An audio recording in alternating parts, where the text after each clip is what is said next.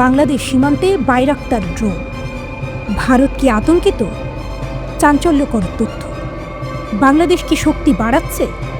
ভারত কি উদ্বিগ্ন? টানটান উত্তেজনা। ভারতীয় সীমান্তের কাছাকাছি বাংলাদেশি ড্রোন উড়তে দেখা গেছে। ভারতীয় সংবাদ সংস্থা ANI চাঞ্চল্যকর দাবি করেছে, বাংলাদেশ এখন তুরস্কের তৈরি বাইরাক্তার TB2 ড্রোন ব্যবহার করছে নজরদারির জন্য। মঙ্গলবার প্রকাশিত ওই প্রতিবেদনে ANI বলেছে, বাংলাদেশ তুরস্কের তৈরি TB2 বাইরাক্তার ড্রোনগুলো হাতে পেয়েছে এবং নজরদারি কর্মকাণ্ডের জন্য ভারতীয় সীমান্তের কাছাকাছি সেগুলো পরিচালনা করছে। বার্তা সংস্থাটির দাবি, ভারতীয় প্রতিরক্ষা সূত্রগুলো ANI-কে জানিয়েছে ভারতীয় সংস্থাগুলো এসব ড্রোন উড্ডয়ন করতে দেখেছে এবং সেগুলোকে নিবিড়ভাবে পর্যবেক্ষণ করছে। সূত্র জানিয়েছে, এসব ড্রোনকে গত কয়েক মাস ধরে নজরদারি অভিযান পরিচালনা করতে দেখা গেছে এবং ভারতের সীমান্ত বরাবর তাদের নিজস্ব অঞ্চলের ভেতরে উড়ছে। 20 ঘন্টারও বেশি সময় উড্ডয়ন। বাংলাদেশ কি পরিকল্পনা করছে? প্রতিবেদনে বলা হয়েছে, এই ড্রোনগুলো কখনো কখনো 20 ঘন্টারও বেশি সময় ধরে উড়ে থাকে। বিশেষ করে ভারতীয় নিরাপত্তা সংস্থাগুলো রাডার বসিয়ে এই ড্রোনগুলোর গতিবিধি নিবিড়ভাবে পর্যবেক্ষণ করছে। কিন্তু কেন?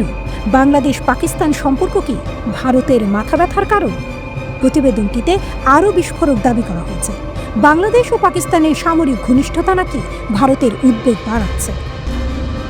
বাইরাক্তার TB2 বিশ্বের অন্যতম শক্তিশালী ড্রোন। তুরস্কের তৈরি Bayraktar TB2 drone Syria, Libya, Azerbaijan, ইউক্রেনে দুর্দান্ত সফলতা দেখিয়েছে। এই ড্রোন গোয়েন্দা তথ্য সংগ্রহ, নজরদারি এবং টার্গেট ধ্বংস করতে পারে। উচ্চ ক্ষমতাসম্পন্ন এই ড্রোন শত্রুপক্ষের প্রতিরক্ষা ব্যবস্থা চূর্ণ করতে পারে।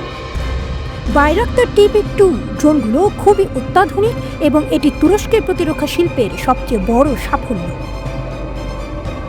মনুষ্যবিহীন এই আকাশযানটি আকাশ থেকে স্থল লক্ষ্যবস্তুতে হামলা চালাতে সক্ষম এবং বিশ্বব্যাপী বিভিন্ন যুদ্ধ ও সংঘাতে ব্যাপকভাবে ব্যবহৃত হয়েছে। তুরস্কের বাইকার টেকনোলজি কোম্পানি 2014 সাল থেকে বাণিজ্যিকভাবে বাইরাক্তার TB2 ড্রোন উৎপাদন ও বিক্রি করতে শুরু করলেও রাশিয়া ও ইউক্রেনের যুদ্ধে এই ড্রোন বিশেষ নজর কেড়েছে। বাইরাক্তার TB2 ড্রোন একটি বিশেষ ধরনের যুদ্ধাস্ত্র যা গোয়েন্দা তথ্য সংগ্রহ, নজরদারি করা এবং হামলা চালানোর কাজ করতে পারে। এই ড্রোনে একটি অত্যন্ত উন্নত প্রযুক্তির ইলেকট্রো অপটিক্যাল ক্যামেরা রয়েছে।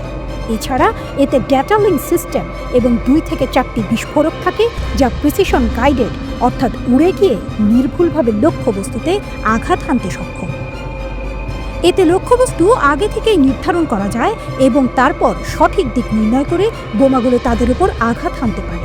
এদিকে ভারতীয় সেনাবাহিনী ত্রিশক্তি কর্পস সীমান্তের কাছাকাছি 1 মাস ধরে সেনা মহড়া চালিয়েছে। এই মহড়ায় T-90 ট্যাঙ্ক ব্যবহার করা হয়েছে এবং এটি সফলভাবে শেষ হয়েছে।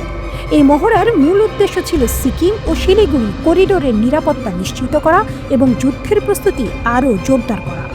ভারতীয় সেনারা এই মহড়ায় T-90 tank, mortar, fire arms এবং ড্রোন ব্যবহার করেছে। তারা এগুলো দিয়ে লক্ষ্য শনাক্ত এবং নজরদারি করেছে।